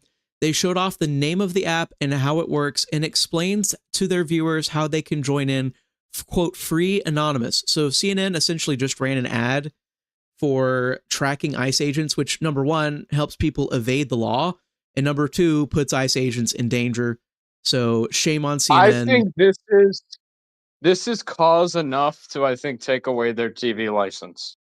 Yeah. I think they should look into that.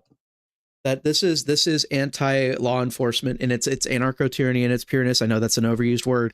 This is anarcho-tyranny. This is lawlessness. Please stop. Somebody stop CNN.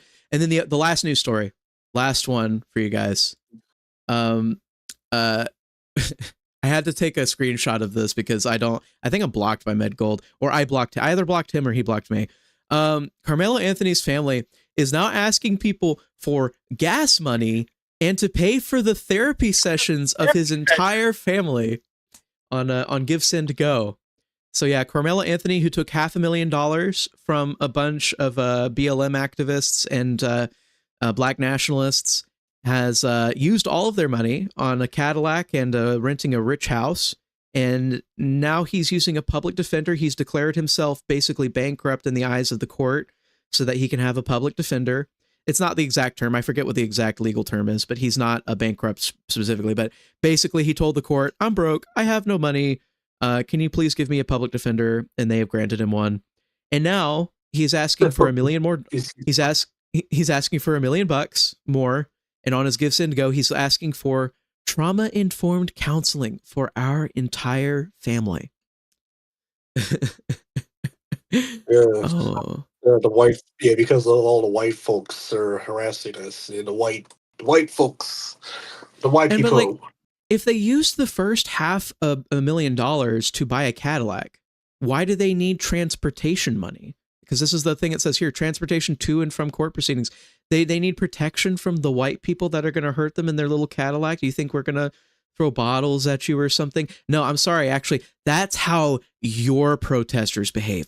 That's how your protesters and terrorists behaved as they tracked down ICE agents in the middle of the LA streets. Yeah, no, I'm sorry. I think you're a little confused. You're a little confused. So basically, kill a white person and become a millionaire. That's basically how it is. Yep, that's what they're wanting. But what I will say, it looks like their GiveSendGo is very anemic. Looks like they're only getting like donations like 1 or 2 an hour. So might be a little bit rough. After peak, it was like, I mean, they were getting millions, I'm pretty sure. So how's the playground lady doing with her donations? I'm just gonna. I don't want to get the stream taken down. She got $750,000, and she's fine. But yeah, here I was gonna pull this up because I saw a super chat. American Nerd for 2 last second. Can you talk about Mark Lynch for real quick? We'll talk about him more later, but this is Mark Lynch's Fight for America website. Looks like they have a little bit of problems here at the top, but hopefully they can get those kinks worked out before the year. TLDR, Mark Lynch supports a 10-year immigration moratorium, so that's enough for me to endorse him. Yep, and I'll show you guys it real quick. I've been looking at his site. I like his platform. It's a little bit bland, but when it got to here, Mark calls for a temporary 10-year moratorium on immigration. Hey man, that's an easy way to get to the bottom of the bottom of my heart, man. So yeah, no, I'm very happy about that. Very will he much win the primary, excited. though? Well, right. So Mark Lynch is going up against Lindsey Graham. We don't know if he can win the primary, but he's the guy I'm supporting right now. The most likely candidate that probably would win the primary is Andre Bauer, who's the former lieutenant governor of South Carolina. Yeah. But we'll go over Mark Lynch a little bit more at another time. Not right now, because I'm going to be closing up the stream. But definitely want you to know we have multiple Senate candidates, including Nate Morris. I believe I pulled that up at the start of the stream. I could not believe Nate Morris. Not here. Sorry, I apologize for that. But yeah, no, we need a hard stop on immigration right now. Nate Morris with Charlie Kirk actually endorsed an immigration moratorium. So it looks like Charlie Kirk, with anybody that he's campaigning with and interacting with, and the MAGA base itself, the heart of the MAGA 26 campaigns, we have more and more people coming out saying they support an immigration moratorium, which I think would be really good for the country. Obviously not a permanent moratorium, but just for us to get things under control. 2 weeks to stop the spread, guys. Okay, ladies and gentlemen, 2 weeks. Yeah, we love Turning Point. Turning Point. The people at Turning Point are all great people. Keep cooking. They better keep cooking. Keep cooking. But yeah, what else?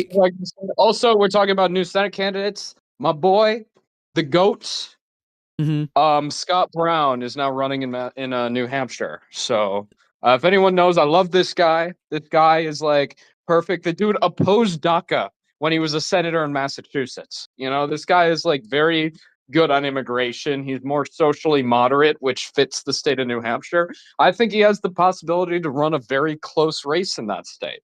So stay tuned. Keep an eye on that race. That race, I think, is going to turn out a lot more interesting than people think as of right now. So keep an eye on the New Hampshire Senate race. So I'll have you look into Scott Brown's New Hampshire Dreamy Eyes as we finish this stream. But I really appreciate you guys tuning in. We're going to have lots of news on the big, beautiful bill coming in tomorrow. We're going to have lots to talk about with the midterms heating up, the Trump war chest going crazy. And in general, we have very optimistic things to say about how this machine is running. Otherwise, guys, thank you for tuning in. I want you to have a very blessed day and Godspeed to all of you.